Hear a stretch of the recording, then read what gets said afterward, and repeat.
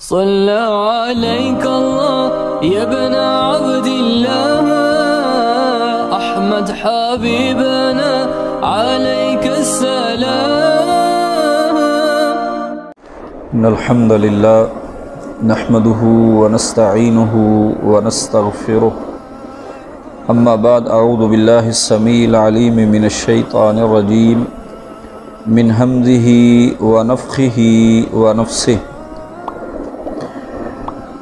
فضربنا على آذانهم في الكهف سنين عددا ثم بعثناهم لنعلم أي الحزبين أحصى لما لبثوا أمدا. قال الله في مقام آخر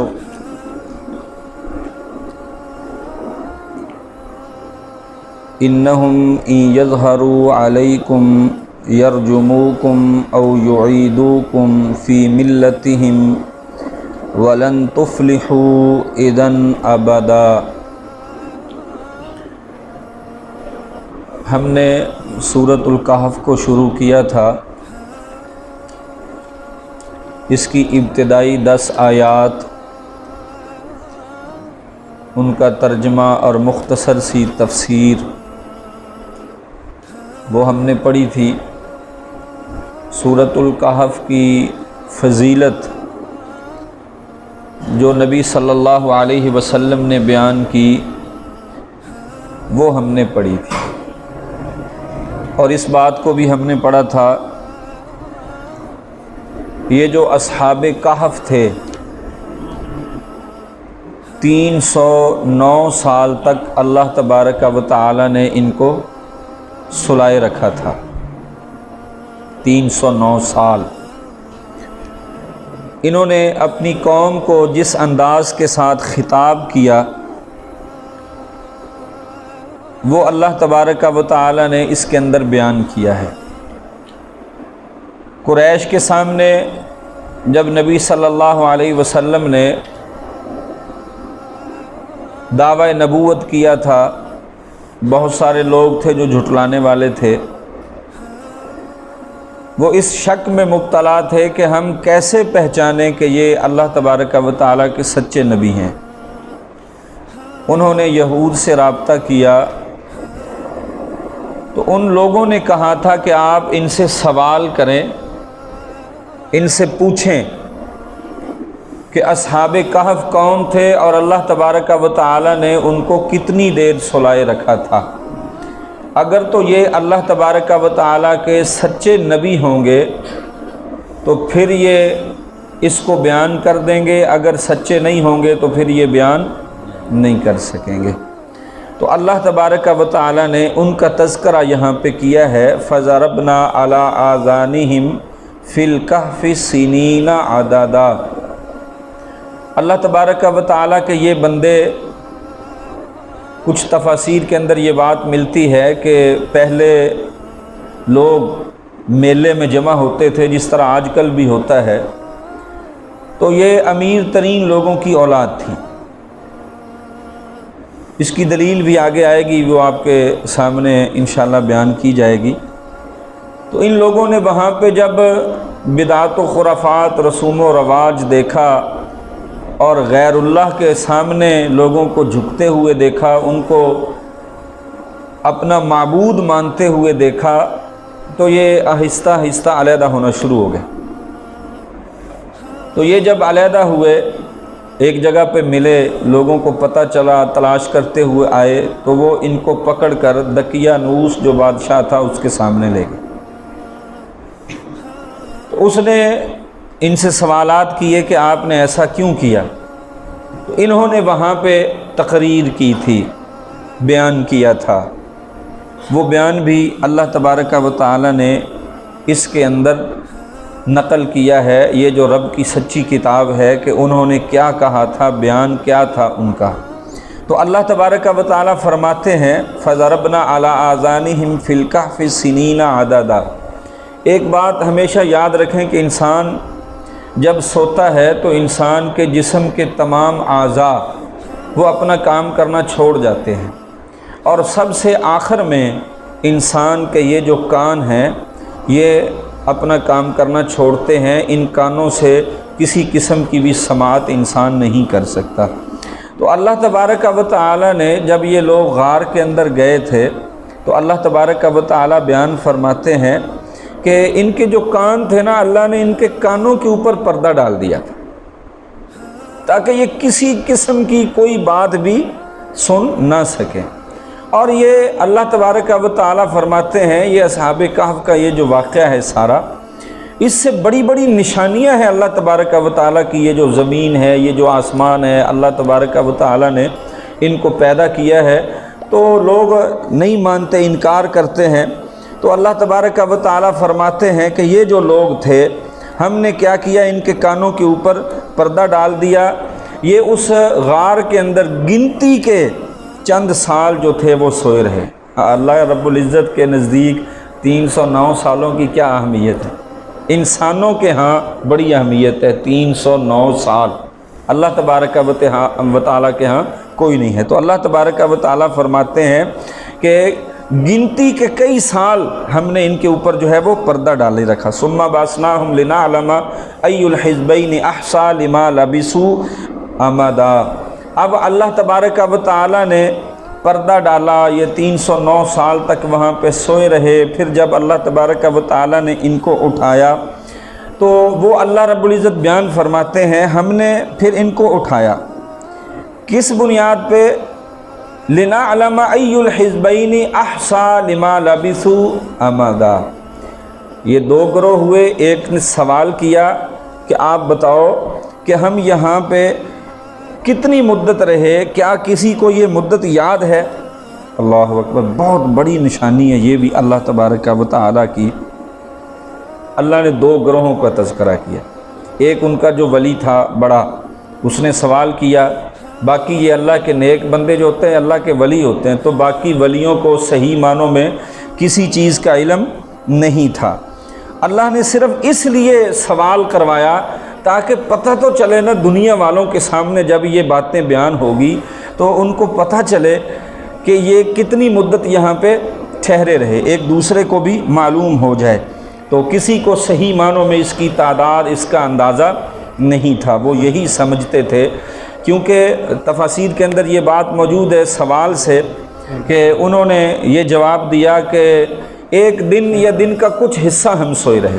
تو اس سے مفسرین بیان کرتے ہیں کہ دن کے ابتدائی حصے کے اندر یہ غار کے اندر داخل ہوئے تھے، اور جب ان کو نیند آئی تھی تو اس وقت آخری پہر تھا، یعنی کہ جب اٹھے تھے، نیند جب آئی تو پہلا پہر تھا، جب اٹھے تھے تو دوسرا پہر تھا۔ تو اس لیے ان کا جواب یہ تھا کہ ایک پورا دن سوئے رہے ہیں یا کچھ حصہ جو ہے وہ ہم سوئے رہے ہیں۔